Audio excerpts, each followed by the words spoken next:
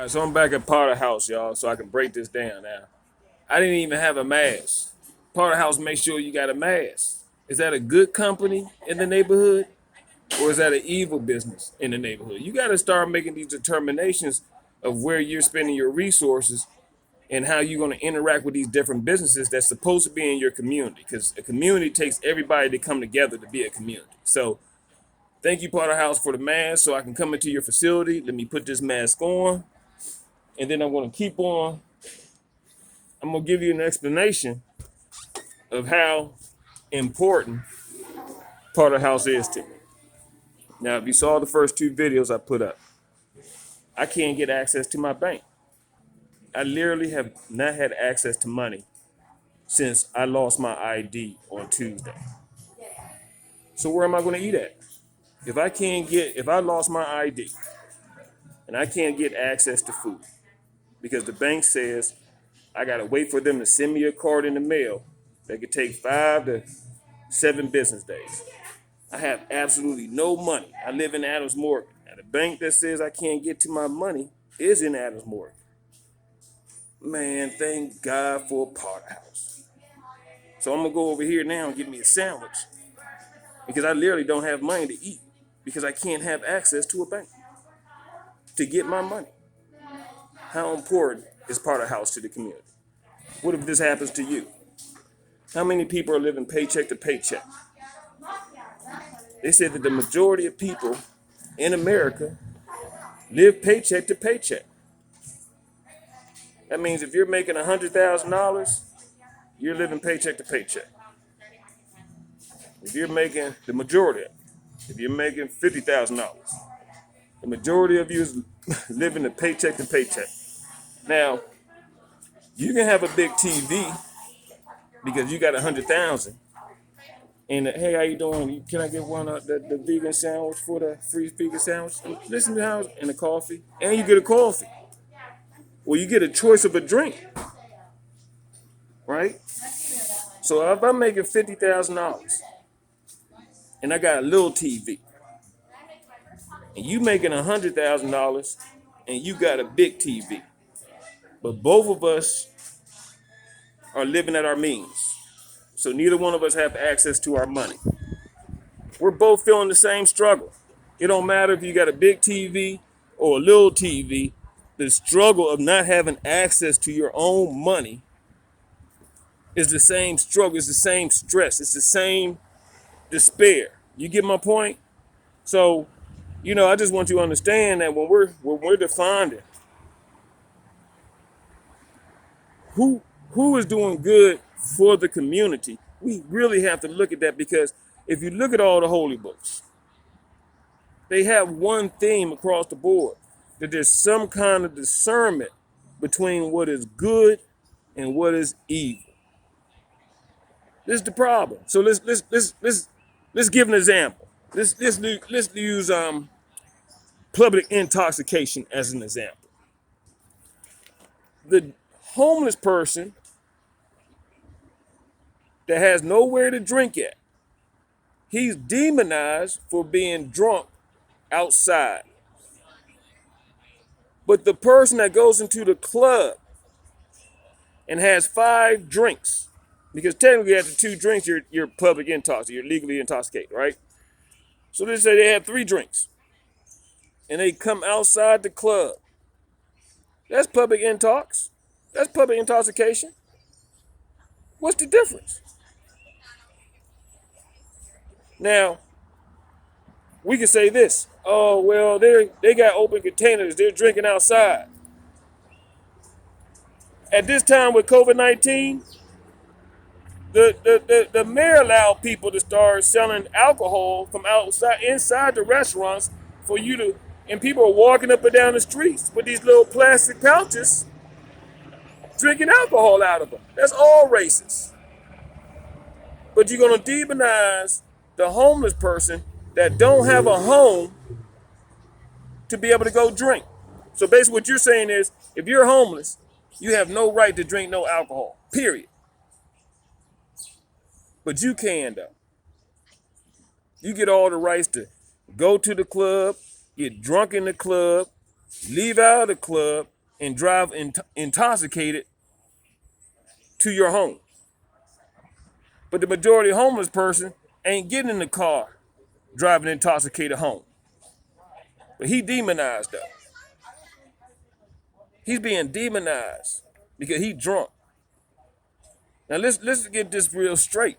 We all know that there's two type of drunks: a good drunk and an evil drunk. And that don't make a difference if you're in the park or if you come home to your wife and you middle class and you're drunk and don't know how to treat her right. So let's stop stigmatizing everybody and start really trying to understand, can we grasp the difference between what good and evil is? Because that's not good to demonize a whole culture of people because of how much money they make and they don't have a house to drink in. Then I don't see the community coming together trying to find a location for them to drink. And you know they don't have anywhere to drink, but you can drink.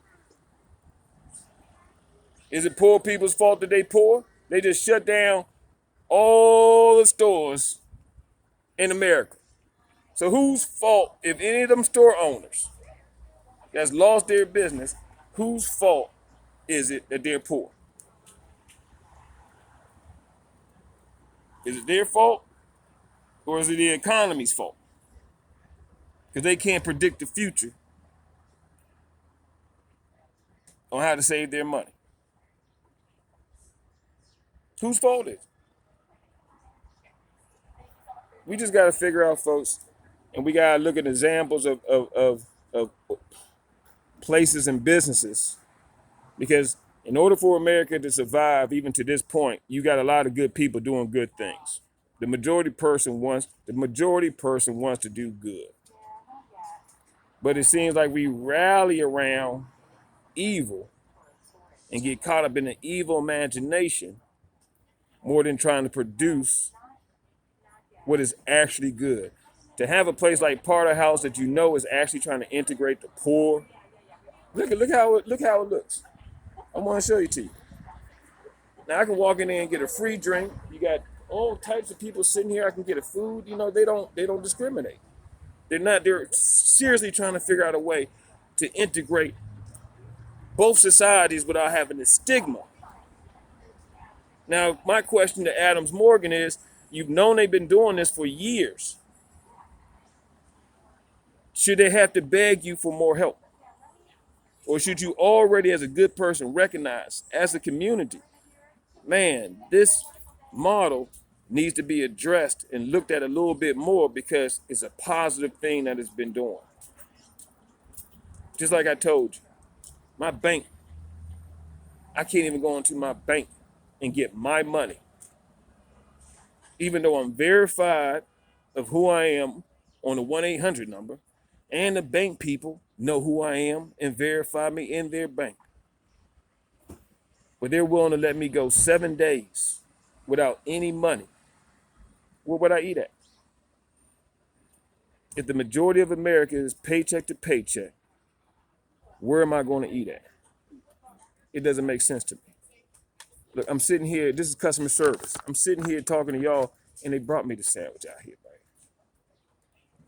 Do you understand what I'm saying? This is compassion at a level that I'm not seeing with a lot of places that help the misfortunate. They separate them out. They act like they're not even a part of society anymore. They act like they're the major problem. And to be honest with you, I've been around drunk folks, parks and all that. They might fight amongst each other, and next day, you know, they're friends. But the ones that's in the house, let them get drunk and fight with somebody, they become mortal enemies. These are things that I'm witnessing with my own eyes, the sophisticated ones that's getting drunk in their house can't let it go. I'm watching the homeless that you call homeless on the streets. I was there with them. So I know. So what I'm telling you is I know. I laid there with them. But they getting drunk. They might have an argument. Everybody has an argument. But the next day, they all right. They're hanging around kumbaya, doing what they need to do. Might be a little stigma, but it's not. There's nothing nowhere compared to what's happening just in your own homes. So how are you becoming more sophisticated in your home than the homeless is on the streets? But you being in your home, the planet on fire. Rise in the streets. Climate change. Viruses. We got to clean up our streets. We got to clean up. We got a health issue. We got a health issue of the heart. And we got a health issue concerning just having a sanitary place to live in. We got a trash issue. Where are we going to put all this trash that we keep throwing away every single day? Where's the trash all supposed to go? Right? Because it doesn't seem like we're doing a good job managing the situation over the industrial years that we've been a throwaway society. That's Future Shock if you want to read a book concerning what it means to be a throwaway society. That's right, go along with 1984 George Orwell, which we can go right along with your Animal Farm. So Adam Morgan, if there's 3 books that you $2. Oh, as soon as I get into my account. You still trying to get into it? I gotta wait for the card. It's gonna take like 7 days, man. I ain't had no money since Tuesday. And they verify who I am. You hear what I'm saying, Ty? They know who I am. They verified me in the bank and on the 1-800 number. And I'm like, damn, I gotta wait for a card to come in the mail. You make cards right in here inside well, we got different policies in the bank than what we do on the phone. Why? Just give me my fucking card so I can leave. That's it. You know who I am. I was just in there. So, but to make somebody go 7 days without access, that's my challenge to say, well, what's up with that? You get my point? I got especially you. Especially if they mailing it too. That's like me. That's like you giving me $50. I said, okay, I'm gonna hold it for you. I'm gonna charge you $5 a month. And then you come to me, and one day I say, I don't know who you are. Right. I can't give you your money. You probably go off. Like, you know exactly who I am. You understand what I'm saying? I gave you my money to hold you. I'm paying you every month to hold this money. Now you gonna act like you don't know who the hell I am? Right. Nah. I can't do that. You understand what I'm saying? Now you gotta leave without your money. What you gonna do? Go the fuck off. I love you. I love you, sister. You know that, right? That's your livelihood. You playing with my livelihood. You exactly right. And that's how I feel right now. That's why I'm having that complaint. You know what I'm saying? That's why I had to call the police. Well, shoot, they even threatened to call. They called the police on me twice, T. Because I'm in there asking them about policy. Like, can you show me the policy how you verify people inside the bank? Because I can't just believe that the only way for me to have access to my money is by having a state ID. Exactly. You don't tell me that when I come in there and sign up for the bank account. Right. You don't say, okay, the only way. Now, if you ever lose your ID, you ain't never going to have no access to your money. All you got to do is just get another one. But what if it takes 3? I got an appointment. My appointment ain't until October the 31st to get my ID. Mine's the 27th. So what am I going to do between now and October 31st? The bank is, I'm paying them to keep my money, not paying them to keep it from me. Right? I'm paying them to have access to my money and to secure it for me, not to secure it for them. They probably doing some scammy ass shit. It got to be scandalous, man. You see what I'm saying, Ty? I see you later. I love you, but you see my point? All right, let me get off of this, but this is what I'm saying, man. The community know. People in the community know. So we just need to get people together and let's re-educate ourselves on what the difference between good and evil is. I think that's probably the most important thing that we can do right now is re-educate ourselves as a community and make a determination, right, on what is good and what is evil. Me, I believe it's a no-brainer. We're not going to overcomplicate the two difference of the definition between good and evil. All right? Much love and respect.